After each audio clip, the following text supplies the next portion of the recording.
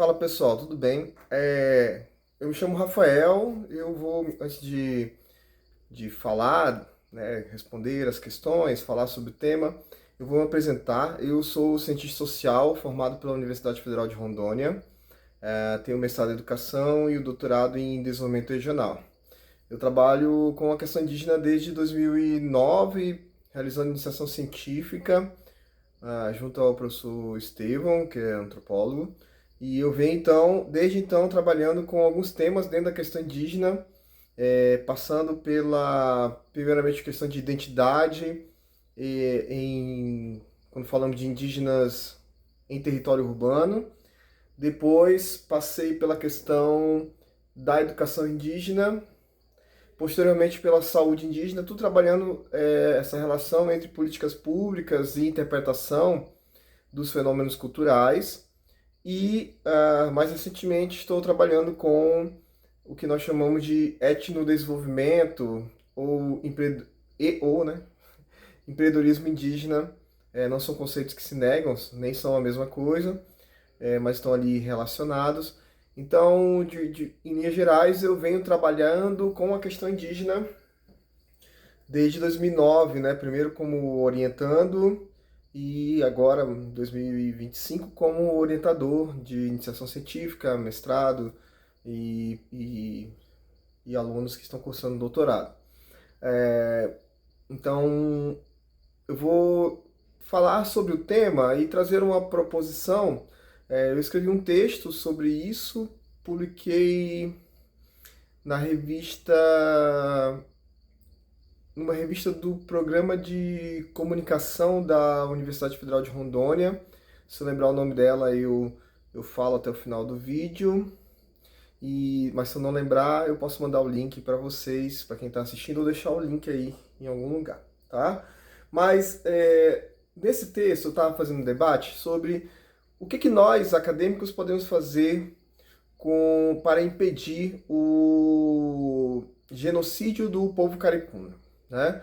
O povo caripuna, ele é um povo que foi retratado, né, foi contactado por Rondon e por pelas pessoas que estavam na sua comissão, né? E depois, um primeiro contato, depois teve outros contatos. Quando Rondon entrou em contato com eles, foi contabilizado pelo Roquete Pinto em torno de 2 a 3 mil caripunas. Hoje os caripunas são entre 30 a 60, dependendo da base que você utilizar para olhar esses dados. Então nós temos aí, né, isso aí temos a ação civil pública, temos vários documentos legais que apontam que os caripunas estão em caminho de genocídio, né, de extermínio do povo. Então, frente a isso, eu pensei um texto e eu vou explicar aqui para vocês sobre o que nós podemos fazer frente a isso, né, nós acadêmicos, e como nós podemos fazer uma luta pela questão dos direitos humanos. Eu, Rafael, nunca fui, né, depois que eu fiz mestrado e doutorado, eu nunca fui diretamente do movimento, né, então eu nunca estive no território, né, na aldeia, apenas para fazer a questão de apoiar o movimento indígena. O meu apoio com o movimento indígena sempre foi enquanto pesquisador, né? E aí vem aqui algumas questões que são reflexões minhas, que eu trago para a minha vida, que eu quero trazer para vocês que estão aí me escutando ou me vendo. O que a academia pode fazer com relação à pesquisa com povos indígenas para ajudar esse povo? Primeira coisa, a gente tem que evitar um erro comum, que é o de tentar se tornar um nativo, né? O nativo é uma categoria antropológica, que é esse outro que a gente estuda. O outro pode ser uma pessoa de outra religião, ou até mesmo uma pessoa da nossa religião que te mantém um estranhamento, né? Um estranhamento metodológico, mas o outro é o que não somos nós. Então, o que acontece muito em pesquisas, né, que tem um viés cultural, é da pessoa se identificar e querer se tornar o outro, né? Então, por eu trabalhar com povos indígenas há 16 anos, né? 16 anos, eu não me torno indígena, né? Mesmo tendo antepassados indígenas, né? A minha avó, ela relata que há antepassados indígenas dos dois lados da minha família paterna. E mesmo que tenha, eu não, mesmo que eu estude, mesmo que eu tenha antepassados indígenas, mesmo que eu tenha contato e amigos indígenas, eu não me identifico como tal. Isso não é de forma alguma desmerecer o ser indígena, na verdade, tenho todo o apreço, né? Tenho toda a aproximação, né? E admiração pelas populações indígenas, tanto é que tenho um trabalho de apoiá-los, né? Mas é uma questão de que o pesquisador ele não pode se tornar aquilo que ele estuda, a não ser que ele seja. Mas se ele for indígena, ele pode, né? Ele deve assumir essa identidade, se for de interesse dele. Então, o primeiro ponto é esse. O segundo ponto é, o que nós, enquanto pesquisadores, podemos fazer para apoiar o movimento indígena? Eu acho muito interessante que quem consegue fazer o duplo trabalho de estar atuando como ativista e como pesquisador ao mesmo tempo, que o faça.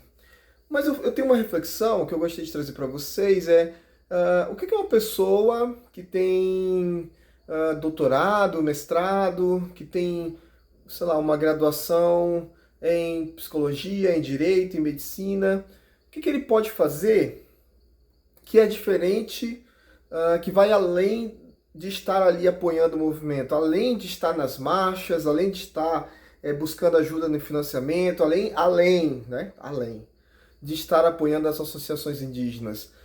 Utilizar esse conhecimento, essa entrada que se tem para fomentar o apoio e as ações junto a essas populações. Então eu decidi que além do meu envolvimento político com a questão indígena, eu iria trabalhar com projetos voltados para essas populações. Então, bolsa de pesquisa, recurso para evento, recurso para ações de saúde e educação indígena. Já trabalhei junto ao Tribunal de Contas num diagnóstico em toda a Rondônia, né? Fui coordenador do GT de Educação Indígena, coordenador científico. Existiam outros coordenadores. Fui coordenador científico do GT de Educação Indígena e Quilombola de Rondônia por 2 anos.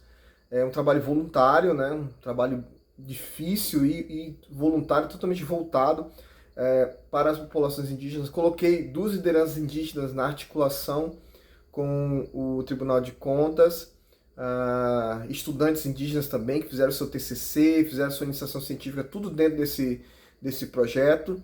Então, estou dando um exemplo aqui. Trabalhei com saúde indígena, hoje tem alguns projetos em processo de avaliação para recurso, para trabalhar com a saúde indígena.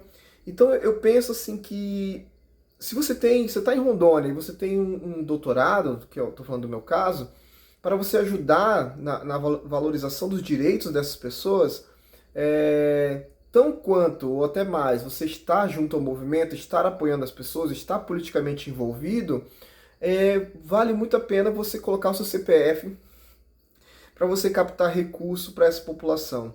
E vale muito a pena dizer aqui que 99% dos editais de captação de recursos, a remuneração do coordenador é R$0.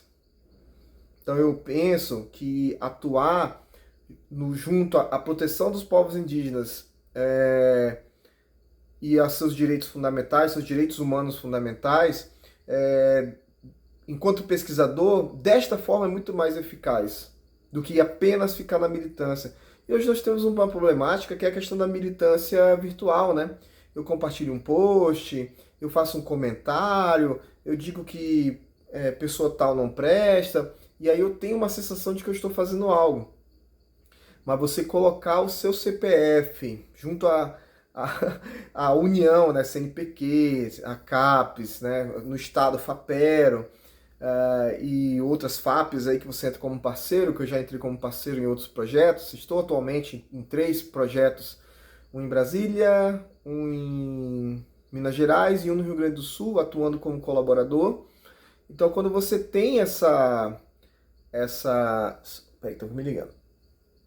Quando você tem essa questão de você ser um pesquisador e colocar o seu CPF, colocar o seu nome para captar recursos que vai ser utilizado ou nos povos indígenas ou nas instituições de apoio aos povos indígenas, você está colaborando, na minha humilde opinião, a partir da minha experiência de vida, você está colaborando muito mais do que você apenas militando virtualmente, que para mim é quase inútil, ou você militando no movimento que para mim é muito importante, tá?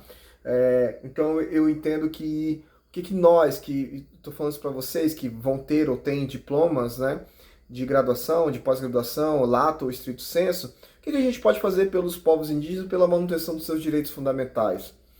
É a gente agir dentro da nossa área. Então, se eu sou psicólogo, o que o psicólogo pode fazer na saúde indígena, com os povos indígenas? Se eu sou médico, o que o médico? Se eu sou advogado, o que o advogado? Biomédico, e daí vai. Todas as áreas têm contribuição para as populações indígenas. Se eu sou sociólogo e tenho um mestrado e um doutorado, o que eu posso fazer, né? Eu poderia ficar só escrevendo meus artigos, mas o que eu posso fazer?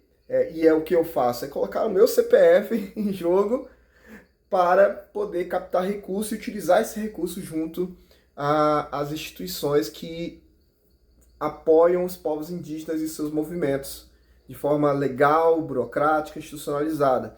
E para muitas pessoas isso vale muito menos. Vale muito menos. Mas, mais uma vez, é a minha opinião, e aí foi solicitada a minha opinião. Na minha opinião, vale muito mais você estar nesse engajamento, principalmente em Rondônia, que você tem um número diminuto de pessoas com doutorado e um número muito menor de pessoas com doutorado que trabalham com a questão indígena.